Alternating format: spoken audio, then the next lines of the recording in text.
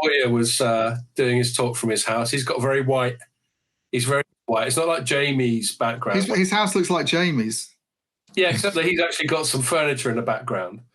It is very white. I did speculate at the end of my story. I said, "Do you think that's an IKEA chest of drawers?" And concluded, probably not. I think Boyer's a bit above IKEA. But if you listen to this, do let us know.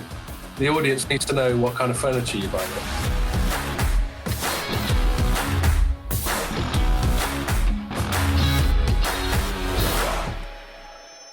Hello and welcome to another Telecoms.com podcast. Week 3 of us all doing it from our spare rooms / kitchens / living room / son's bedroom. I hope everyone's hanging in there. I think we're all pretty bored of it already. Is that the general feeling, guys? Yeah. I'll do that. Yeah. I don't know if we've got a delay on the line or my conversational gambits are just too rubbish for you to. That's probably the latter. Okay, well, what are we going to talk about this week? There's been lots of stuff to do with China. There's sort of geopolitical stuff going on. There's a bit of finger pointing going on over this GAD virus, which is leading to other queries about the relationship between China and certainly the West, and that's feeding into the telecom sector.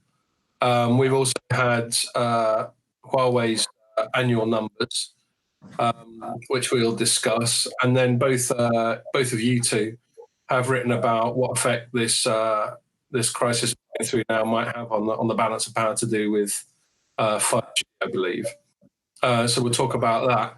And that will probably cover most of it. The only other thing that's been jumping out at me, I've written lots of stories. People like Nokia, Vodafone, app tracking firms have all been looking at how traffic has changed over this period. So we'll have a little look at that. And maybe we'll even finish off by reviewing what subscription video on demand we're currently adding to the network load among ourselves. So other than that, just to remind you that if you're watching this on the site or on YouTube or Facebook, you can listen to it on iTunes, SoundCloud, and loads of other platforms. Cool. So yes, China. I'm not sure where to start. We've all covered so many things. The top line, as I said in the sort of pre-introduction, is that there's some suspicion about the quality of information we're being fed about the spread of the pandemic from China, which is leading to knock-on effects. This isn't talking on behalf of myself here, but more the sort of general commentary that I've read.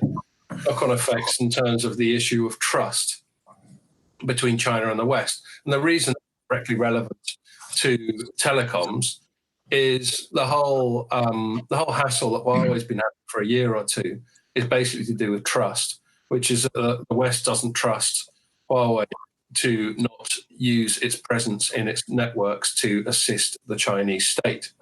I'll stress, as we have many times before, people yet to deliver a smoking gun on that one, but maybe they never will. So now we're in this situation where people are going, well, we just don't trust them. I see it all the time on social media going, why don't we just ban Huawei from all our networks? These are people who aren't telecoms experts. And they go, well, if there's any chance that they can pose any security threat at all, then why don't we ban them? And I'm not unsympathetic with that view, but of course there are tons of other things that pose a potential security threat that we don't ban. And there has to be some kind of balance. You can't just ban everything that could possibly pose any kind of threat. But anyway, these are some of the conversations I get into, and I have to sort of restrain myself and not pull rank and go, look, I'm into Telecoms.com, innit? I know what I'm talking about. And yes, so that means that people are going, this is further proof of how you can't trust China, which is in turn feeding into the Huawei narrative. So I think I'll stop rambling now. I'll ask Jamie first. Why don't you start by talking a bit about Huawei's numbers, and then if we go off onto tangents about the global 5G situation, geopolitical stuff, then we'll see where that takes us. Go for it, mate. So Huawei, was basically, as you'd expect, it's making a lot of money, as it's done for the last 15 years since it was, it broke out of this sort of startup category that it probably could have been put in back then. I think the official numbers for 2019 was 123 billion or something along those lines. A 19% year-on-year growth. But the interesting element taken away from this entire sort of annual call was, we grew 19%, and Eric who's the rotating chairman, said it was difficult, but 2020 is going to be even more difficult. They're going to have a full 6 months of the entity list. You can see that the political climate is starting to climb to an area where US-China relationships are going to decline even further.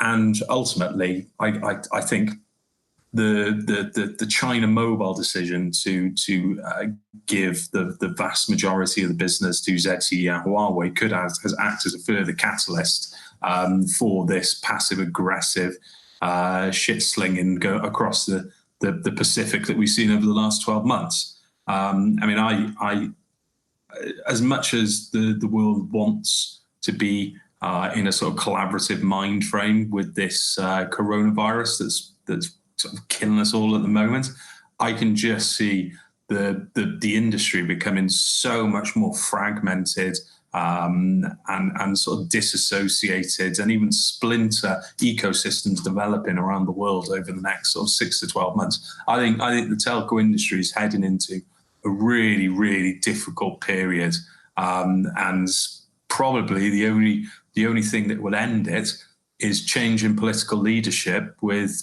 new political leaders that aren't as aggressive and confrontational. I don't know whether you guys agree with me there. Yeah, I think you've got a good point. We're not going to see a change in political leadership in China anytime soon, barring Xi Jinping being struck down by coronavirus, because he's voted himself president for life, hasn't he? Mm. So and it doesn't look like I think we got 4 more years of Trump probably, although God knows what's going to go on with the US elections with all this stuff going on. But from my tracking of the US political scene, the Democrats are putting in a pretty shit effort, even by their recently rubbish standards. So I think we've got at least 4 more years of Trump and Xi lobbing grenades across the Pacific, as you say, Jamie. Ian, what about you? What was your take on the Huawei numbers and the stuff that Jamie just said? Yeah, pretty similar. I'd like to be more optimistic, but it's hard to be. Can you hear me, by the way? Because you guys are a bit sort of cutting out sometimes, so it might just be my link. But yeah, I can hear you fine. Yeah. The stunning thing, really, I suppose, was that because they talked quite a bit on the call about the impact they've seen from the US campaign and efforts to try and shut it out of different markets in Europe, as well as this sort of restrictions on equipment that it can buy. And yet, despite all that, it's still growing much more quickly than Western rivals. And they did talk about a couple of the operators that have decided not to use it for 5G, even though they kind of used it for 4G. But its networks business actually grew more quickly last year than it did in 2018, I noticed. I think there was a slight decline in 2018. And they've pumped so much more into R&D as well. That was the other thing that struck me. It's like while Ericsson and Nokia are sort of having to keep an eye on efficiency and worry about profit margins and sort of juggle these considerations about how much you invest in research and development when you're trying to satisfy shareholders. Huawei was able to, I think the figure was something like 18 billion, and they're talking about spending 20 billion this year. I noticed their headcount had gone up massively as well. They had about 188,000 employees in 2018. It's now about 196,000. And it looks like most of the new staff have gone into R&D. So I think it's pretty worrying for the Western rivals. I know that we've talked about this before. They're a much bigger company. They do a lot more things. They're in the handset business. They have some things that even don't seem to have much to do with telecom, but it's such a staggering amount of money. And I think you look at, bringing it back to kind of coronavirus and the fact that, as we're told, China's sort of over the worst of it, and they're now talking about, they're motoring on with their 5G rollout. They've got factories up and running. They're trying to ease some of these restrictions. And in the meantime, Europe, where the Western vendors rely very heavily, obviously, for their own business, is seeing the worst of this at the moment, and it's getting extremely bad in the US. So another thing I can see coming out of this, given the very limited role that Ericsson and Nokia have in the Chinese market, is Huawei just extending its lead even further. It's talking about a difficult 2020, but I tell you, I think it's going to be a much more difficult 2020 for Ericsson and Nokia. Yeah, I agree with you, but I think one of the things that is worth bearing in mind is that sort of like Trump has a lot of ace cards up his sleeves at the moment. Like the US entity list, if he really, really wants to be awkward and really, really screw the US the Huawei business, he can very, very easily. The entity list has shown how catastrophic it was to the ZTE business. It almost drove it out, putting it into administration. And that very same thing could happen to Huawei. I know that it is less reliant on the US as it is than ZTE was. But new reports have been emerging that the US is going to ban the sales of any chips that use equipment made by US companies. So all of a sudden, the Taiwan Semiconductor Manufacturing Company, or however you pronounce it, they'll be banned from working with Huawei because they use American equipment to make their components. So if Trump really wants to screw Huawei, he can do it very easily because there is no supply chain in the world that isn't somewhat reliant on the US. And the telco supply chain, it takes so long to negotiate supplier contracts, and you've got to go through so much assurance work and due diligence. You throw a tiny little piece out of balance, and that cripples a business. And I honestly think Huawei is treading on some very, very thin ice at the moment. And the greater Chinese argument, I think this the China mobile decision could act as a catalyst for further aggression between US and China, and Huawei will, I suspect, as the telecommunications champion of China, get absolutely screwed because of it. The point you make about the chip side is well made. I've actually been to a couple of semiconductor fabs. I haven't been to TSMC, but I've been to equivalent ones. And they have these massive multi-million dollar bits of kit. And they're generally made by companies like Applied Materials and that sort of thing, which are US companies, I believe. So yes, as you say, Jamie, everything's so completely interconnected that if Trump really wanted to get medieval on them, he could restrict all sorts of things. But I think that plays into what Ian was saying about this massive increase in R&D spend and the general theme of technology industry balkanization. If you look at this strategically from a Chinese point of view, you're thinking, okay, Trump's Trump card. And as you said, ace up his sleeve. That was well said. We can overdo the Trump motif. His wild card is this trade and how much of the technology industry is dependent on US stuff. So the strategic defensive move for China to make is to make themselves as self-reliant as possible. And I imagine, go on. Also, the only thing I'll say to that is it takes years, if not decades, to get to the same level of as the US. Because it's not, because I know China have got this high silicon, their own semiconductor business that supplies a lot of the chips to Huawei's smartphone and base station business. But if you look at stuff like the GPUs and and sort of some very, very specialist chips, they're still sought from the US. There are companies which China cannot replicate in their domestic operations for years. So, I'm trying to think of the companies, like Xilinx is one. The products that they offer, a few people have told me that Huawei would find it very, very difficult to replicate that in a short period of time. So Trump could really screw them on some really specialist stuff, but it works the other direction as well. One of the reasons, aside from it being really cheap, or not really cheap, but a lot cheaper to manufacture and assemble phones in China, one of the other reasons that they do it there is this job called precision tooling. It's something which is critically important to the assembly of smartphones, and it takes years to get these people up to the right standards that they can produce goods at the required level today. Those jobs basically don't exist outside China. So going the other direction, if you close off China, you're basically killing the entire work community of precision, because the vast majority of them are in China or Vietnam, let's say, where there are other assembly hubs. So it works both ways, but I just think Trump can screw them so badly. Yeah. Ian, I think when I started talking a minute ago, you were going to butt in, so I don't want to start talking again without giving you your chance.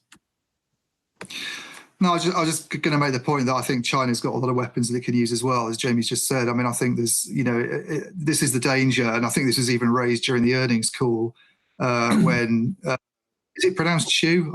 I'm never quite sure how to pronounce Chinese names, but I think he mentioned that the Chinese government isn't just going to sit by. I think he put it quite colourfully. They're not just going to sit by and let us get slaughtered on the chopping block. And it's quite it's a bit of a sort of veiled threat, really. There's a lot that the Chinese could do.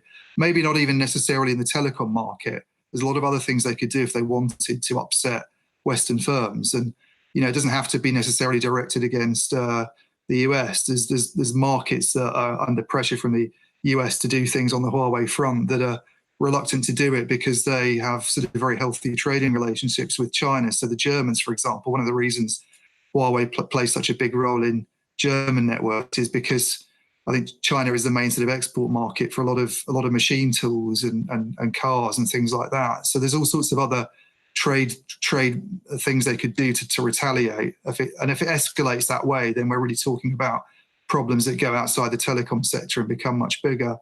I think on the China mobile tender thing with Nokia and Ericsson, I mean, that's bad, obviously, for Ericsson and Nokia, but I don't think it was unexpected. I think if you look at a lot of the analyst data recently, they weren't, Ericsson's only got about a 10% share of the Chinese market anyway. So it's actually, it could say it's done slightly better with this particular tender. And Nokia for a long time has been talking about, potentially losing out in mobile. The suggestion is that they will try and make up in other areas what they lose in mobile. So that could mean playing a stronger role on the optical side and doing things in that sort of area. But I don't think they were ever expected to do very well. And that market's always been really, really heavily skewed towards the Western vendors. That's been one of the issues. Talk to people like, John Strand, Strand Consult. He's a pretty outspoken analyst on this. He's always pointed out that the Western vendors have never, ever had a fair deal in China. 70, 80% of the work's always gone towards Huawei and ZTE. So that's been, what we see with China Mobile is just really a continuation of that. It's a little bit worse for Nokia than it has been, but it's just kind of more of the same, I think. Yeah, I think those are all good points. Talking about John Strand, he just published a thing on the Huawei numbers, pointing out that the total revenues have actually grown in the last decade, have grown more quickly inside China than internationally, which is counterintuitive, isn't it? So, I'll let people, he sends out this sort of newsletter, so I'll let people pick holes in it. More quickly where, Scott? I lost you. More quickly inside China. Yeah, inside China than internationally. From 2010 till now, and he sent out a great big thing. I'm on his mailing list. I don't know if it's because Jamie, you're on mute.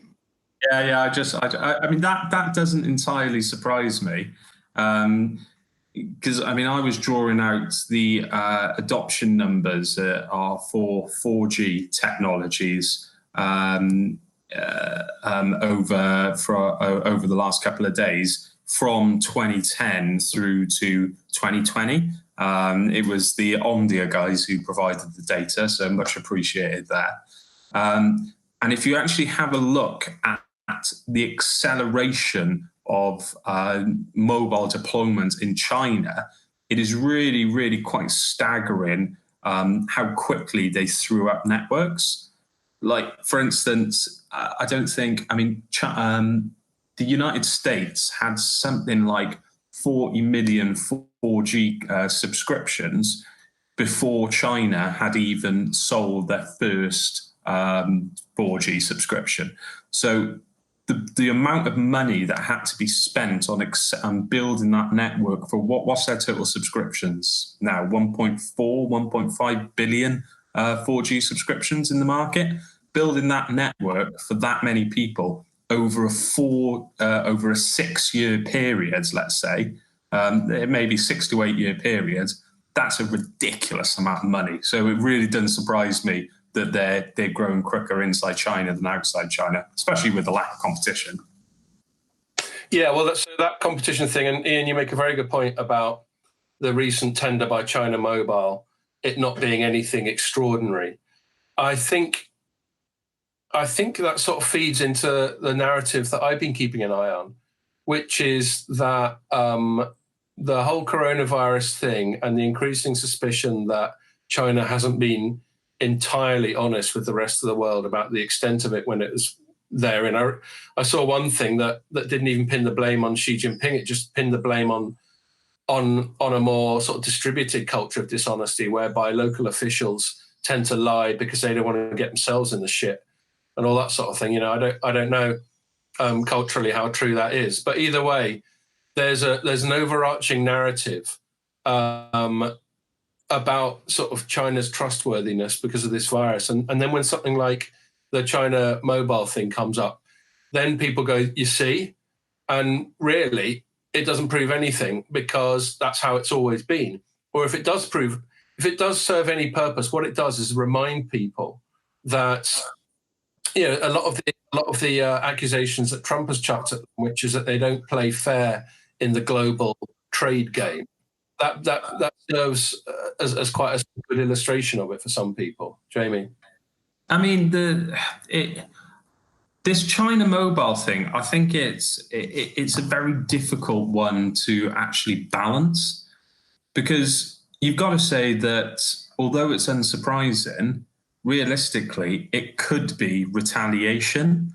Because what happened first and foremost, I mean, it was always going to, the Chinese vendors were always going to win more business in China.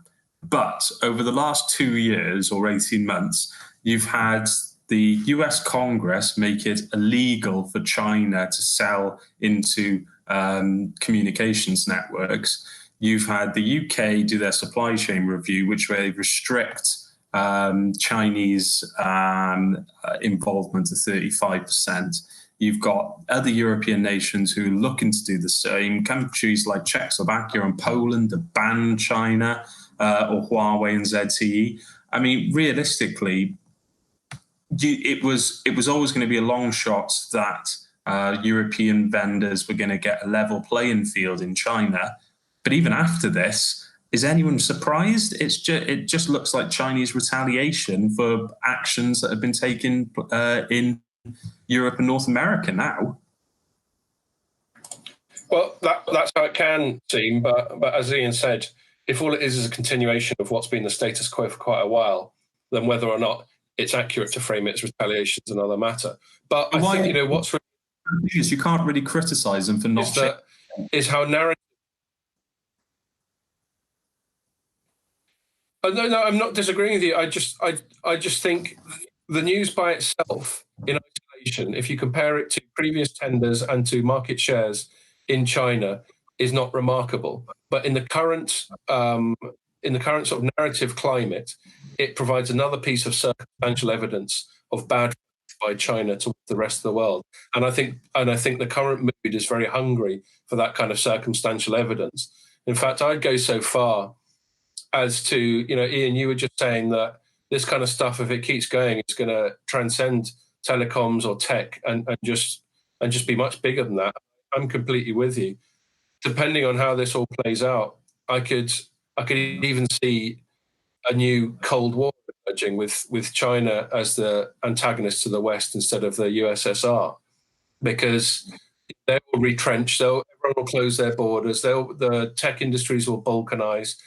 They'll go, up yours, we'll make our own chips, and we'll go, yeah, well, you can't have ours anyway. And and you can just see it being a bit of a Cold War, perhaps not with the constant threat of nuclear war like we had in the latter half of this century, but with that degree of sort of mutual antagonism and breakdown in diplomatic relationships. I don't think that's at all inconceivable. I don't know if you all think I'm being a bit hysterical there. No, it's possible. I mean, yeah, it's a bit of a doomsday scenario, Scott. You're being very downbeat today. We need cheering up, I think, a bit. But I mean, one thing that I find interesting about the whole China mobile thing, just sort of trying to keep it with telecom, is, and there's a link with COVID-19 here as well. But just looking at how, it's quite amazing that they're pressing on with that. This is a time for massive disruption in the rest of the world. We've seen countries go under lockdown in Europe. There's a huge number of infections now in the US, and things seem to be getting worse there. And meanwhile, the Chinese are talking about, now we don't know, obviously, this comes back to the whole sort of information. How much do we know? How much can we trust? But the message coming out of China is that they're kind of on top of it. They've started to relax restrictions, and they're pushing on this enormous 5G project with a plan to have about 500,000, 600,000 base stations built by the end of the year.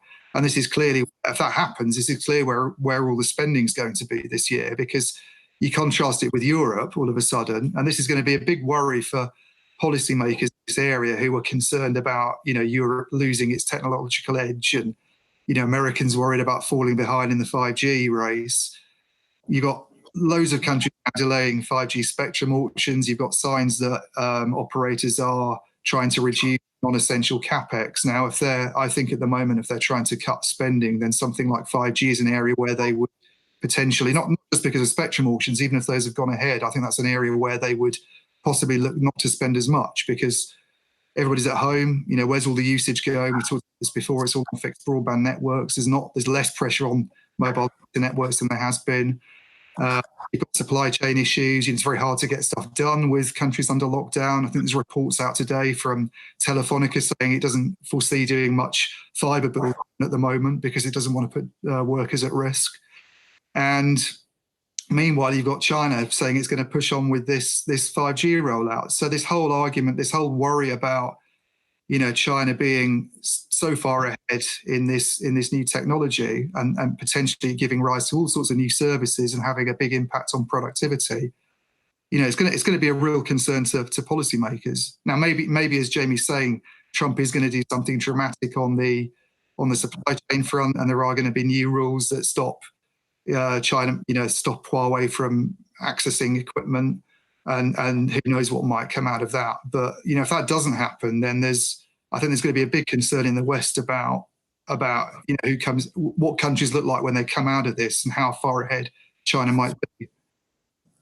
I mean, am I on mute again? No, I'm not on mute anymore. I agree with you there completely, Ian. I think there's going to be a massive, massive splinter. Because, it's not just... It's not just the spectrum which isn't available anymore. It's not just the prioritization of broadband and 4G resilience over 5G deployments. It's not just the sort of the workforce going down as well, or people worried about a recession in the future. So enterprise and consumer customers aren't going to be looking at other ways to spend and save money as opposed to 5G. The big, one of the big events of the year could be a lot less flamboyant than we thought it was going to be, and that's the Apple launch towards the end of the year. Apple has a ridiculous following and that could shift 5G into the mainstream market. If Apple sort of like draws back this launch in September or delays it, all of a sudden that dramatically reduces the demand, but also the availability of devices for 5G. So everything is working against 5G deployments in Europe, which scales back the acceleration of a 5G ecosystem, whereas everything is working in the favor of China. They're rolling out fast. Huawei is still going to launch its 5G. Huawei, Oppo, Xiaomi, ZTE, they're all going to launch their 5G devices in a market where they've got excellent subscriber bases. It'll develop a 5G ecosystem simply because the user base is there. And the other big question you got to ask yourself: Huawei selling a lot of devices in China with an ecosystem building around it for 5G and a lot of 5G base stations. What impact is that going to have on the global operating system market? Well, Harmony OS could seriously take a dent out of Android's dominance. You could very much have Android and iOS dominant in the Western markets and Harmony OS in the Chinese market, and also those nations which are closely allied or reliant on China for trade. I think there's some real fragmentation on the horizon. I mean, it's not great. It gives plenty of opportunity for disruption and for people to talk about different elements of the technology industry, but I think it's definitely going to happen. Yep, that's hard to argue with. A couple of other little things that just occurred to me. So Huawei did this live stream of its to discuss its annual numbers, and it should be stressed that Huawei is not a public company, so it doesn't have to be as granular as something that's listed on a stock market in the West has to be. Nonetheless, it gives out some numbers which we have to assume are properly audited in the absence of any evidence to the contrary. But one thing I thought was quite interesting while I was listening to it is a Reuters journalist asked them about the split of their 5G revenues within China and outside of China. And they responded that 5G, quite rightly, 5G revenues are tiny right now. It's very early days and all that sort of thing. But then concluded by saying, you know, and this was this senior guy, that he hasn't prepared those numbers. And I remember remarking to Jamie on instant message while I listened to it, I was like, oh, that's a bit handy, isn't it? And then it turned out they sent out a transcript, which is very handy for lazy journalists like me who can't be bothered to transcribe audio themselves. And it turned out that little bit where he went, I haven't got those numbers handy, or to paraphrase him, was taken out of the transcript. Now, it's a very minor omission. The transcript, as far as I can tell, was completely accurate. But this is a problem they have when you get little things like that and they take that one bit out. In my mind, okay, what other stuff have they taken out of that transcript or other transcripts? There's no, when it comes to trust and honesty and that sort of thing, there aren't really grey areas. And I think sometimes that can be a little bit cultural. I mean, there are definite cultural differences with China. And the West, for example, saving face, not sort of publicly admitting mistakes and that sort of thing, I believe. And, you know, I know this from chatting to Wei, by the way. I'm not just making this stuff up. I do try and chat to Chinese people when I'm making these sweeping statements about Chinese culture. And, you know, there's other bits and bobs. But for me, as a fairly compulsively honest Westerner, if I see any lie, even if it's by omission, that just rings a few alarm bells for me. And I'm not saying that there's anything dodgy about the transcript they sent. And fair play to them, they did have a live Q&A session, which they didn't have to do. So they're obviously trying to demonstrate transparency. But Huawei, don't blow it. You know, don't get 99% right and then blow it by leaving out bits of the transcript that are inconvenient to you. That's all I've got to say on that. Out of interest, did either of you get any time after the main call, because there was a separate call with Victor Zhang, wasn't there? I didn't. More of a UK based thing, which I didn't take part in because I was trying to get stuff done basically. But I did wonder if anything came out of that separately. Jamie, did you get any time with him or? Yeah. It wasn't particular. I mean, it wasn't particularly revolutionary when you compare it to what was actually said on the call. I'm just trying to think what was actually said on it. Nothing that was going to. I mean, he did talk a lot about the customers slowing down their demands. But this is one of the things I think that Huawei has been particularly good at, is being honest on the current state of affairs. Telcos aren't going to be accelerating their 5G demands over the next couple of months or maybe the next year. They're going to be focusing on things which are prioritized today. Now, maybe Huawei is happy to admit this because they've got a broadband business unit which must be doing pretty well at the moment. You see Ericsson talking about, there's been no material impact to their business. I think that's a lot of bullshit. I honestly cannot imagine how a mobile-focused business isn't being damaged by the fact that demand from mobile customers is going down. I just honestly cannot see it. And maybe he's got something massively tucked up his sleeve, and Ericsson are managing to convince customers to pay money where, Nokia, ZTE, the Open RAN community, Huawei, where they're failing. But I can't see it. Yeah, I totally agree. I think out of the big three vendors, the one that looks most at risk out of all of this is Ericsson. I was thinking about this a bit this week. I just think that's an area where people will look to cut spending. And all of a sudden, this end-to-end strategy that Nokia's been going on about for a while, and everybody's been thinking, well, what use is that? All of a sudden, COVID-19 has shown why it might be important, because if one part of your business suddenly if one part of the network becomes less of a priority, and I think high-speed data will be, then you could be in big trouble. And we're now seeing, as we've just been talking about, delays to spectrum auctions, as you mentioned, possible delays to handset rollouts by companies like Apple could have a massive impact. I think, he's putting a brave face on, but I can see some bad times ahead for Ericsson and maybe Nokia and Huawei with their kind of broader range of network goods. The fact they're in optical and they're in some of these other areas, they can come out of this a bit more strongly because of that. Yeah. I mean, this is where I think Nokia and Huawei are in a particularly strong position, because they'll be able to weather the storm. The telcos are going to want to improve resilience on their network in the immediate future.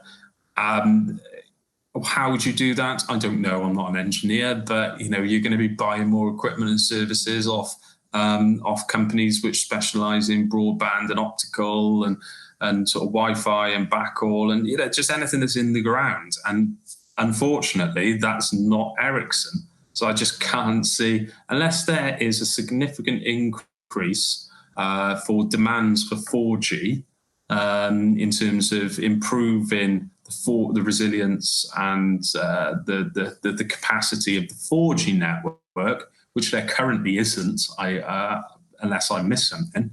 I can't see how Ericsson are going to come out of this without any bruises. Yeah, the main pressure on mobile seems to be on the voice side from what I've been reading at the moment, because people are still, they're using mobile phones a lot more because they're phoning them. They're just doing it in the house rather than picking up the fixed line or doing a Wi-Fi call or doing something, so it's the kind of voice, which is I'm guessing mainly 2G and 3G, yeah, because there's still not a lot of VoLTE, is there? That's what my presumption would be. Yeah. So it's a tricky one. I can't see how this isn't going to have a material impact on their business. I just don't understand that statement, and I don't fully get how we can say it with a straight face. Well, I think you get a little bit of slippery CEO language there.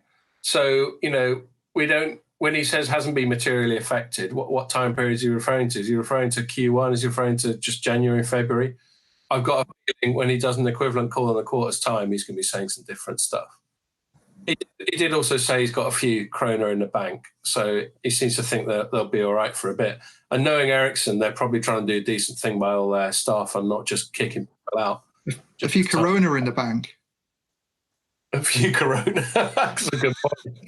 I think this might be a good time for Sweden to change the name of their national currency. And the other thing I enjoyed about that, and actually an interesting aspect of this whole period we're going through, is that you get to see everyone's house. So Boyer was doing his talk from his house. He's got very white. He's very white. It's not like Jamie's background. His house looks like Jamie's. Yeah, except that he's actually got some furniture in the background. It is very white. I did speculate at the end of my story. I said, "Do you think that's an IKEA chest of drawers?" And concluded probably not. I think Boyer's a bit above IKEA. But if you listen to this, do let us know. The audience needs to know what kind of furniture you buy, mate.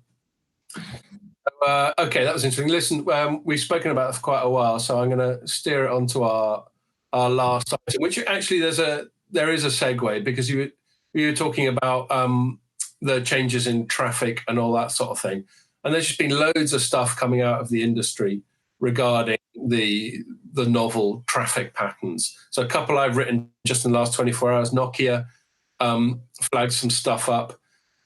They were talking about, I think, things like content delivery networks, and how, for example, Disney Plus apparently already accounts for up to about 15% of traffic in some European countries. So people are really into all their Star Wars and Marvel and all that stuff that you can get. Do you two subscribe to Disney Plus?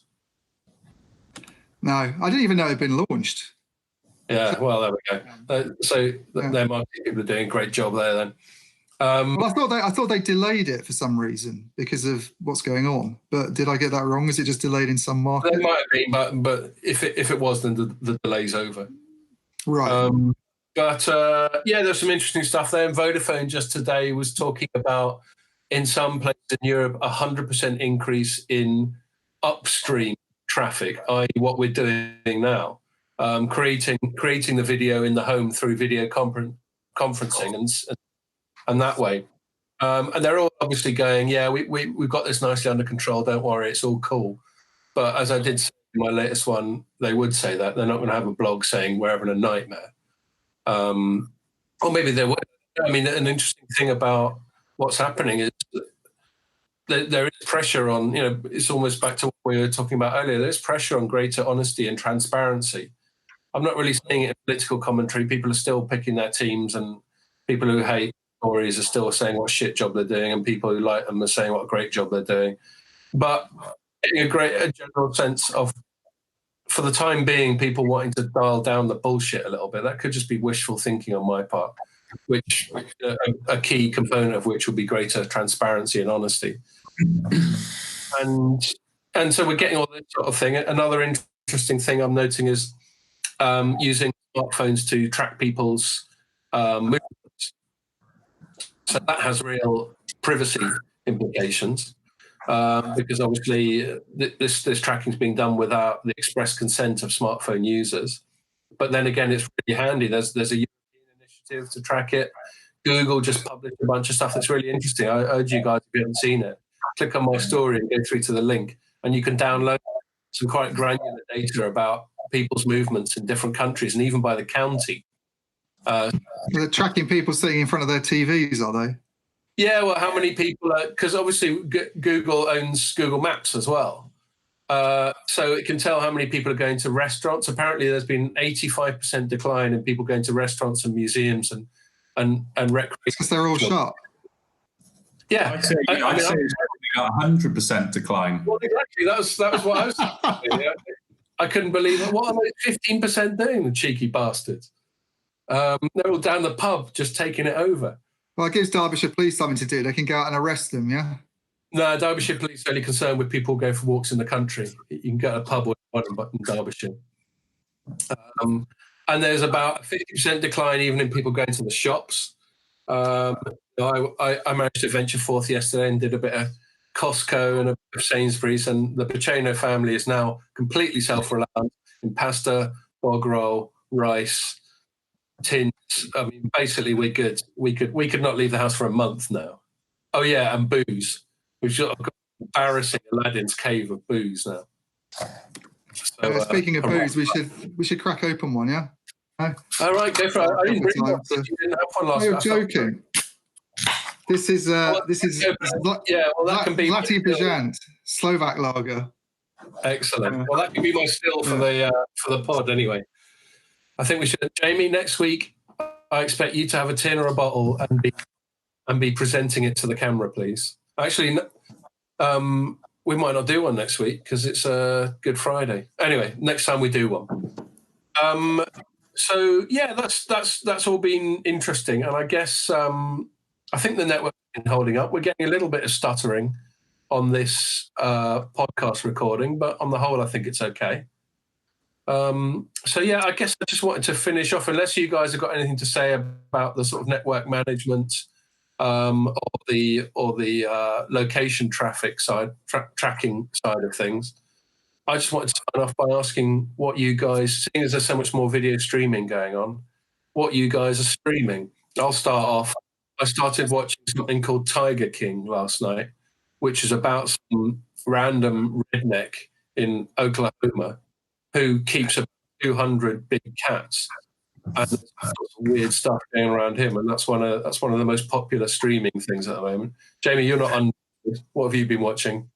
Watched the Tiger King last week. Okay, do you like it? Yeah, it's good. It's good. It gets very strange. That's not the first time he's been on British TV as well. If you actually scroll back through Louis Theroux documentaries, there's one on exotic animals or exotic pets in North America, and he's actually featured on that one. But no, we're not. We're going back through all of Argyll, so we're watching that. Argyll. Oh, Our Girl. Our Girl. Right. Yeah, it's very good. Thinking like ARGIL or something like that. Yeah. And then tonight we are going to watch One Man, Two Governors, which has been just put up on YouTube by the National Theatre. Excellent. What about you, Ian? Not a lot on the series. I watched a couple of movies that have come out. Nothing too intellectual. There's a Mark Wahlberg thing called Spencer Confidential on Netflix. I've watched that. That's quite amusing. I mean, it's the Oscars, but I like it's got Alan Arkin in it, who I always find very funny. And yeah, it's kind of watchable. And then I watched something called The Aeronauts on Prime, which is about the Victorian age. It's one of the first attempts to kind of set a height record in a hot air balloon. So they go up to kind of Mount. I didn't realise they were doing it back in the sort of 1870s, but they go up to kind of Mount Everest-like heights. So they're kind of getting frostbite and oxygen deficiency and everything. And it's kind of telling flashbacks. So there's a couple of scientists basically trying to do sort of weather studies while they're up there. So it goes back to their time at university. But that was pretty good, I thought. And then I've been watching crappy old comedy series again that are really, really old, but you can get them on reruns like Fawlty Towers and stuff like that, just because it's kind of takes your mind off all the doom and gloom, basically. Yeah, we can't argue with that, mate. We still, the whole family, we're big fans of stuff like that. Blackadder, Young Ones, Red Wolf, IT Crowd, Father Ted, you name it. Yeah, that's all good. Did I see you unmute? What have you been watching, mate? No, I did watch the Spencer Confidential, but I didn't like it at all. Oh, really? Of course you did. It was. Is it not French enough? That was just par. No, we were talking before the podcast. I did watch Outbreak last night to get in the mood. I might watch Contagion soon as well. That's just asking for trouble, I think, watching stuff like that at the moment. You're going to get yourself too depressed. Yeah. Pierre, I think you're enjoying this pandemic a bit too much, mate. No, I really hate it. Also, I watched the last Star Wars. That was rubbish as well. Disappointing. Really, really bad. The what? Which one? The last one, Rise of Skywalker. That was just like so bad. Oh, right. Yeah. I haven't seen that yet. I was screaming at the TV. Yeah. Yeah, I think that whole most recent trilogy of Star Wars have been utter shite. I don't know what they're thinking, but there you go. Cool. Okay, lads. And but I trust everything's all right. I'm not hearing any sort of coughs or sniffles, so you're hanging in there, yeah? Yeah. Fingers crossed. Yeah. Okay at the moment. Okay, cool. So as I just alluded to, yeah, we've got Good Friday, so we'll see how the pod goes. But if you don't hear from us for a week, it's nothing scary. It's just that we couldn't get our shit together. Cool. All right, guys. Well, thanks again. Have a good weekend. I'm going to have a barbecue on Sunday. Apparently, it's going to be a really nice day. So get out in the garden. We're allowed to do that. I don't think the police are going to send drones into Newcastle if we have a barbecue in the garden. So I think we'll do that. So I hope you all have a good weekend as well. And I hope anyone listening had a good weekend. So thanks for listening, and make sure you join us for the next one.